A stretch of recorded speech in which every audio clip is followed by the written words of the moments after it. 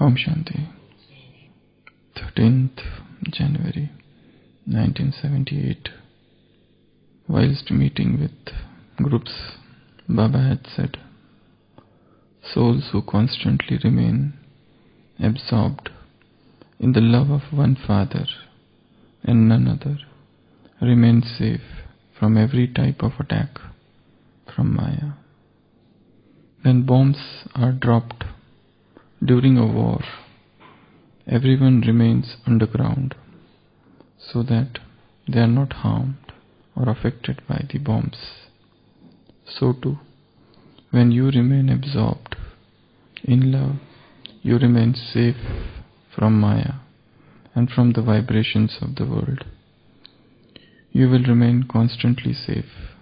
Maya will not have the courage to attack you. Remain absorbed in love.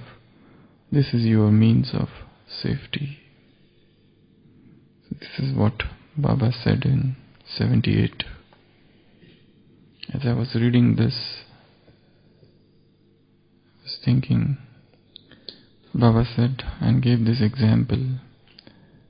When bombs are dropped, what do? They go underground and they remain safe, and this becomes the means of safety for them.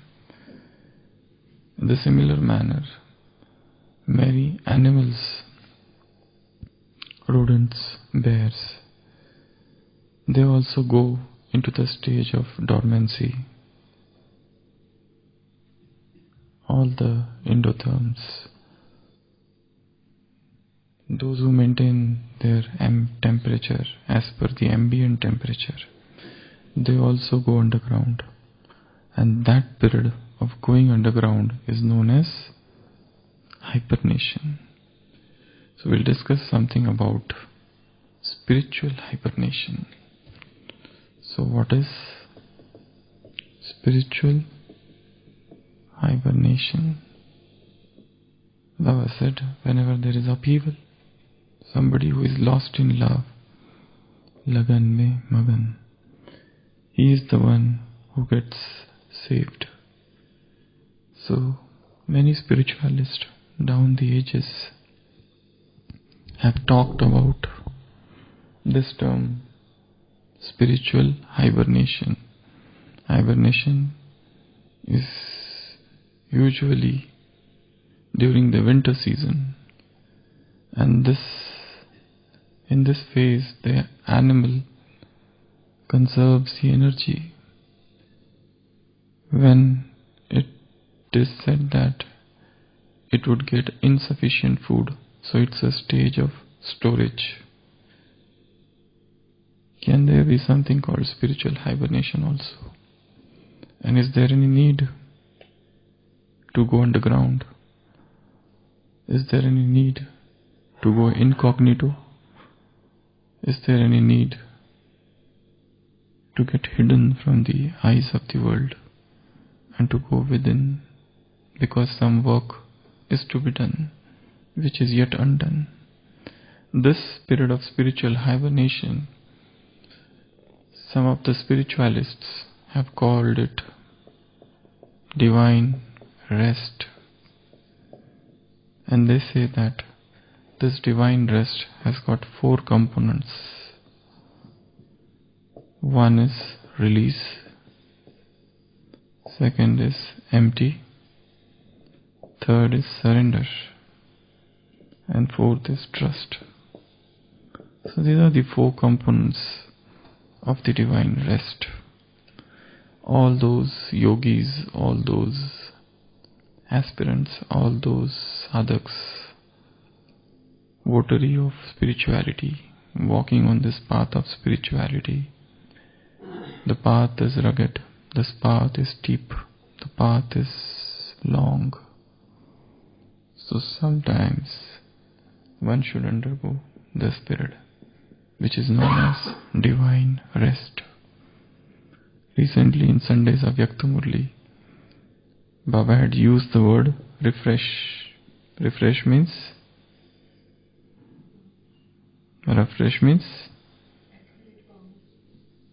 No. What is refresh? In Sunday's Murli, Baba had used this word refresh. So many definitions. Refresh means to be powerful. Refresh means to be my lighthouse. Refresh means to be might house. Refresh means to be successful. Refresh means to be knowledgeful. So these were some of the definitions of the word refresh. Spiritual re-engineering, spiritual renovation, spiritual remodification, spiritual reformation, spiritual rejuvenation. So everybody needs the period of divine rest.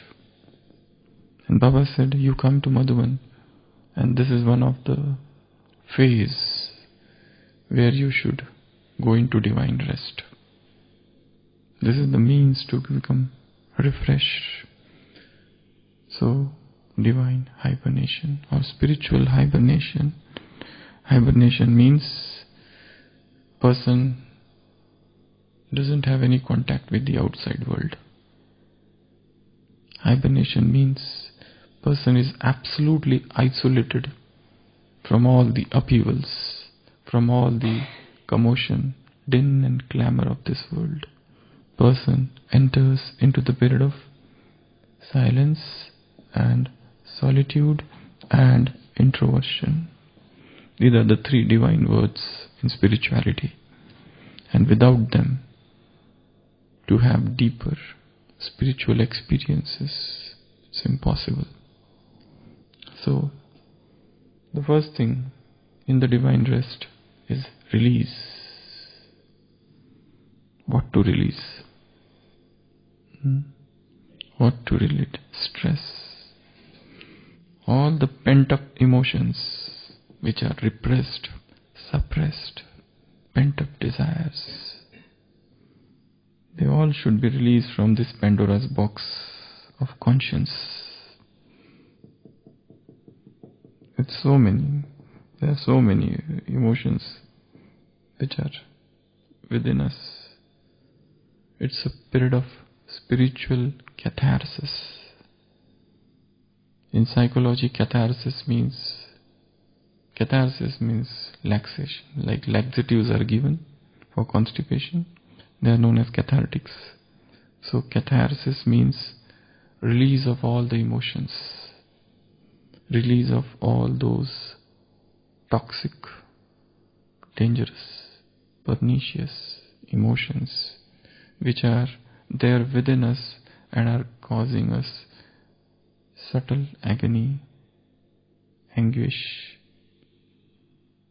In psychology, a counselor is there, and the person sits and the counselor extracts all the information, and the person, for example, who is in depression or stressed, he keeps on narrating. And in that process of relating the inner history of consciousness, the person is relieved of stress. So the first thing that should be done is release. And this release should be done in front of this Supreme Counselor. And Baba is the Supreme Counselor. He is the Divine Counselor. He is the ultimate Counselor. Nobody can understand us better than Him. Nobody can understand those subtle emotions, those subtle feelings which are buried down within us, and they need release. So until and unless the pent-up emotions are released, there is no divine rest. Because these emotions are causing havoc within us. They suddenly arise, a feeling of jealousy, a feeling of anger, a feeling of hatred for somebody, a feeling of deep-seated passion. And we thought we are totally established in purity, but they are within us, and they are giving us pain bit by bit. Yesterday Sakar Murli Baba said, for half the kalpa you drank poison and you became unhappy. At least now give up. Release the suppressed emotions, suppressed passions, suppressed desires in front of Baba, and then judge whether these desires or emotions or feelings are they beneficial or harmful to the spiritual life. If they are harmful, reject them, throw them, dump them. If they are really beneficial, nurture them, nourish them, preserve them, conserve them, let them increase, foster them. So the first process is release of emotions. We see spiritualists down the ages, they suffer from this repression, suppression.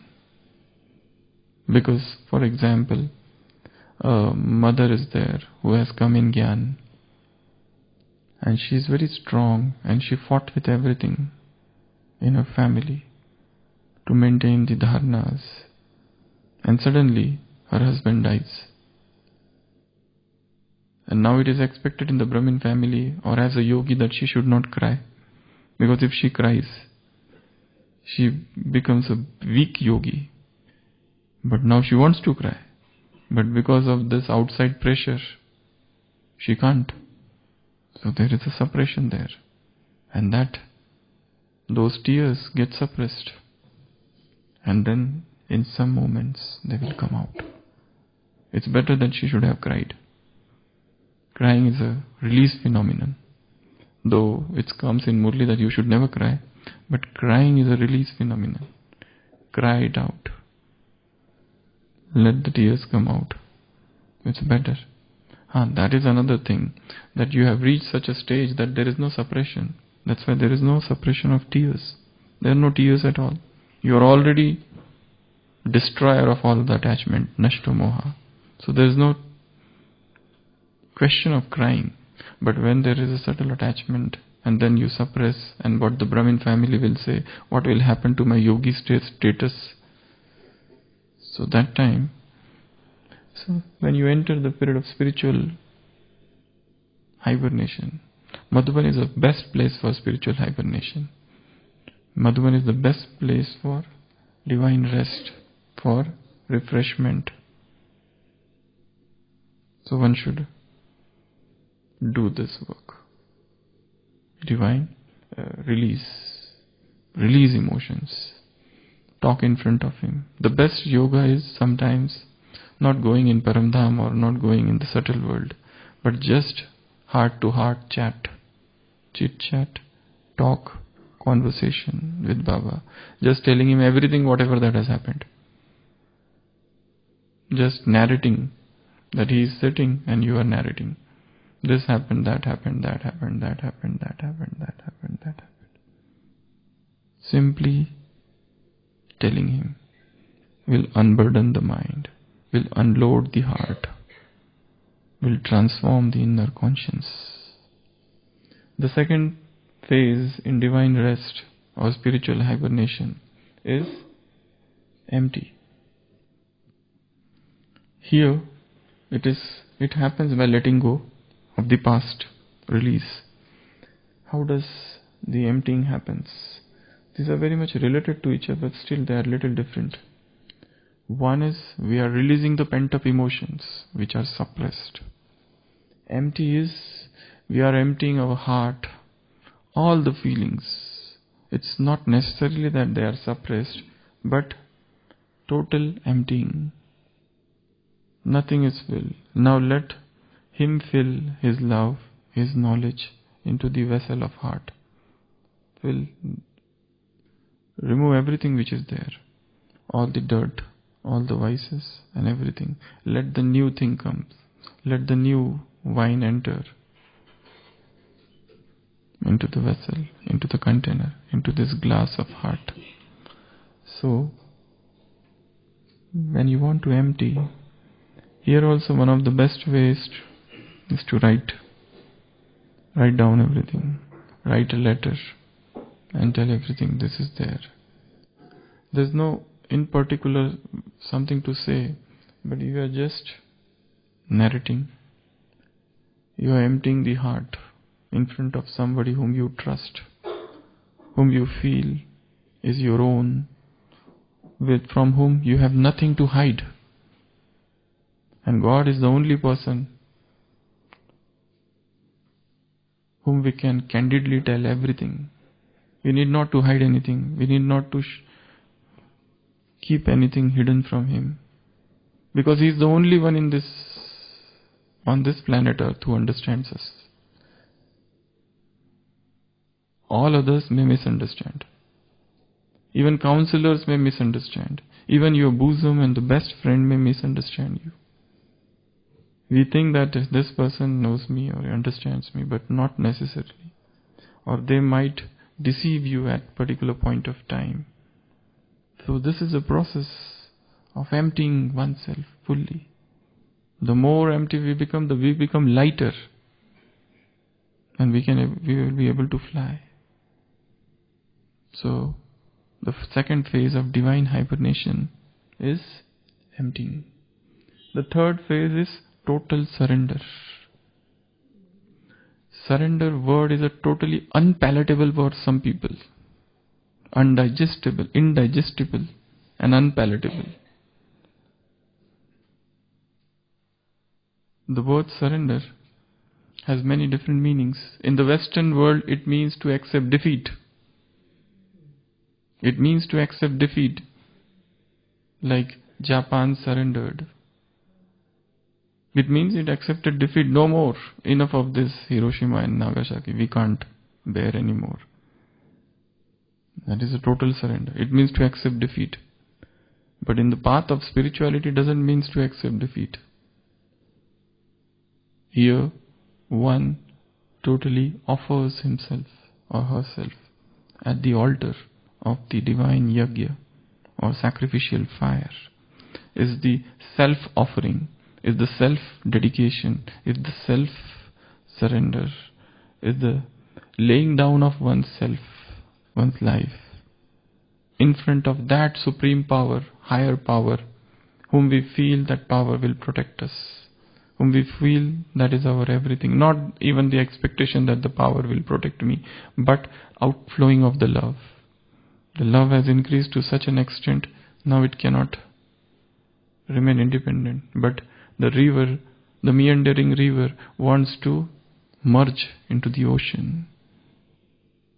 So, the third phase of spiritual hibernation is surrender. Surrender of the mind, surrender of the intellect, surrender of the sanskar, surrender of the body, surrender of the wealth, surrender of the ideas, opinions, surrender of the intentions, surrender of the pursuits, surrender of the ambitions, surrender of the deepest, innermost desires. Because He understands better. We do not understand. Yesterday's Sakar Murli, one idiom had come. Man proposes and God disposes. Nar chahat kuch aur. It is His planning. Man proposes many things. Man thinks of many intentions, this and that, and I will do the here. But His planning is entirely different. The divine planning. What is the divine planning of God in my life? So, in divine hibernation, in spiritual hibernation, one surrenders. In the path of Bhakti Marg, they do prostration. What is that known as? Sashtang Dandavat. All the 8 places of the body. Sashtang, 8. They should touch the ground. That means all the 8 different tendencies or attitudes, or I am this or I am that everything should lie prostrate in front of Him, because He is the Supreme. This is the act of divine love, where one surrenders internally. So, in the phase of divine rest, the third is surrender, and the last is trust Him fully. Now wait. Now see what touchings He gives. Now hear His voice, His divine voice, His whisperings, the spiritual whisperings, the divine whisperings. Because when you are empty and when everything is released and total surrender, and then complete trust happens. Now He is the only one. Only one strength and one support.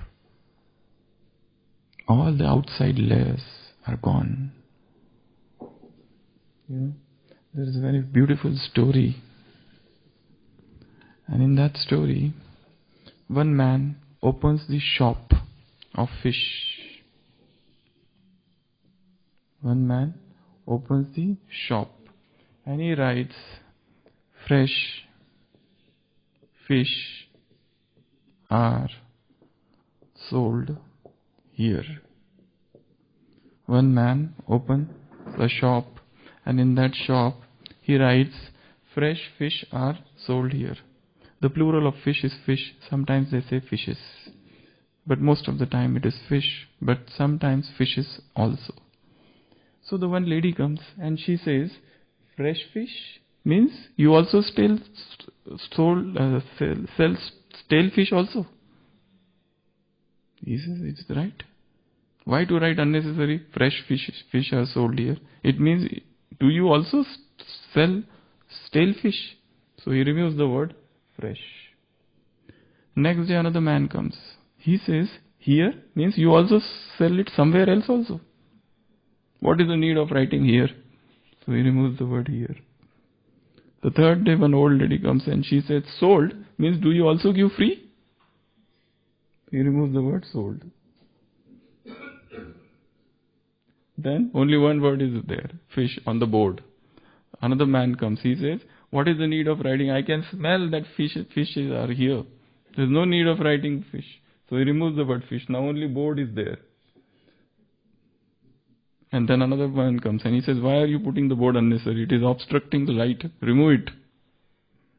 So everything is removed. The path of spirituality is a journey towards zero. Remove everything. Vices, waste, negative. Everything that is amalgamation, everything that is alloy, everything that is mixture, adulteration. To remove everything, and nothing should remain at the end. Even the board is not needed. That is spirituality. So, what Baba said in this Murli, it's Murli from 13th January 98. Beautiful example. When bombs are dropped during the war, everyone remains underground, so that they are not harmed or affected by the bombs. So too, when you remain absorbed in love, you will remain safe from Maya and from the vibrations of the world. So you will remain constantly safe. Maya will not have the courage to attack you. Remain absorbed in love. This is your means of safety. So in the path of spirituality, in between, one should enter into the phase of divine hibernation. Divine rest, spiritual hibernation. Cut off from the digital world for some time. At least when people or Brahmins, when they come in Madhuban, they should try to remain as offline as possible. As much offline as possible, so that you can remain connected with the one who is always online with us, the Divine Father. So this is, in short, something about divine rest of Shanti.